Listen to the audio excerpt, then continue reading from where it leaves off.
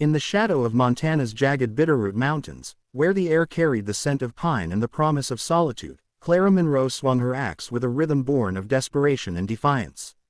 At 28, she'd fled a suffocating life in Chicago, where society's expectations and a cruel fiancé's betrayal had nearly crushed her spirit, for a plot of land she'd claimed under the Homestead Act.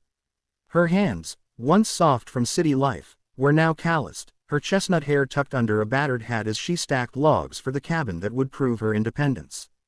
Across the valley, hidden in the dusk's amber glow, a cowboy named Ezra Callahan watched from his horse, his heart a tangle of grief and longing.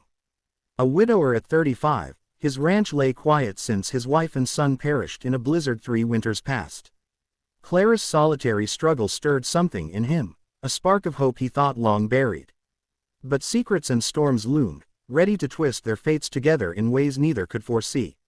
If this saga of grit, love, and redemption in the wild American West grips your heart, like the rugged tales of pioneers that captivate the USA and the timeless dramas of resilience that thrill the UK, hit that subscribe button now. Join thousands across both nations who crave stories that weave hope through hardship. Subscribe today and never miss a heartbeat of this epic journey. Clara's breath puffed in the crisp autumn air as she drove another nail into the half-built cabin wall, her arms aching but her resolve unyielding. She'd arrived in the Bitterroot Valley 6 months ago, her savings spent on tools, a mule, and this 160-acre dream. Chicago had taught her she was nothing without a husband's name. Her fiancé, Charles, had jilted her for a wealthier match, sneering that her plain face and bookish ways wouldn't do. So, she'd boarded a train west, determined to carve out a life alone. The townsfolk of Darby, the nearest settlement, whispered about the spinster homesteader, their pity stinging worse than their scorn. Clara didn't care. She had her land, her axe, and a fire in her soul to prove them wrong. But the valley was unforgiving. Wolves howled at night, her crops struggled in rocky soil, and winter's shadow loomed. She hadn't noticed Ezra Callahan, who rode by weekly, ostensibly checking his cattle but really watching her progress.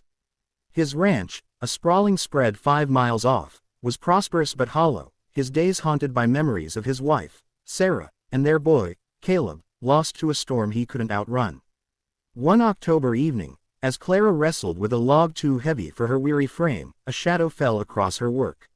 She spun, hand on her knife, to find Ezra dismounting, his weathered face softened by a hesitant smile. "Ma'am, that log'll break you before you break it.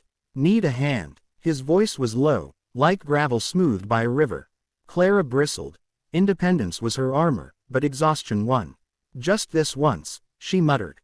They worked in silence, his strength making quick work of the task, and when he tipped his hat to leave, she caught the sadness in his hazel eyes. Over weeks, Ezra's visits grew frequent. A spare nail here, a fence post there, always respectful, never lingering.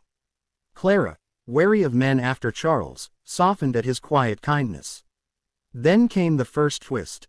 A letter from Chicago, delivered by the stagecoach driver, claiming Charles had died, leaving Clara an unexpected inheritance, land adjacent to hers, but only if she returned to claim it.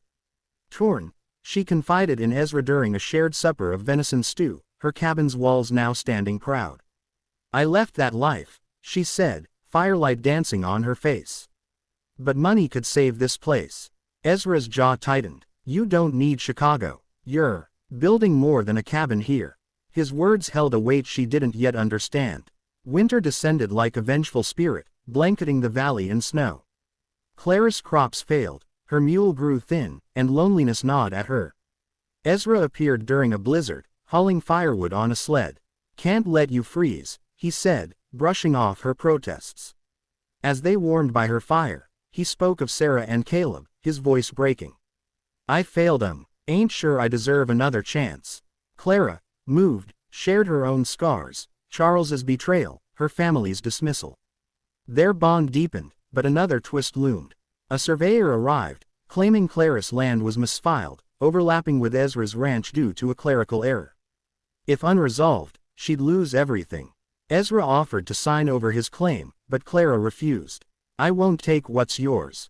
They rode to Darby, poring over records in the freezing courthouse, only to uncover a darker truth. The surveyor was Charles's cousin, sent to sabotage Clara's claim for the inheritance, which included mineral rights to silver beneath her land. Fury fueled Clara. She and Ezra confronted the surveyor, who fled under threat of the sheriff.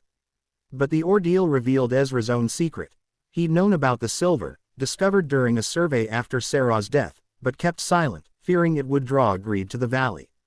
"I wanted peace, not a mine," he admitted. Clara, hurt by his omission, retreated to her cabin, questioning trust.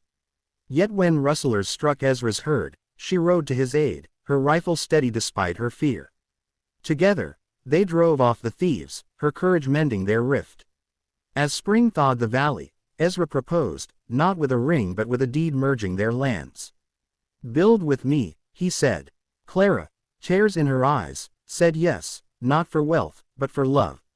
Years later, their ranch thrived, a new cabin standing where Clarice once did, shared with 2 children who called her mama. But one final twist. A letter from Chicago, revealing Charles's cousin had been jailed, and the inheritance was hers, legally, undeniably. Clara burned the letter, choosing the family she'd built over a past that had broken her.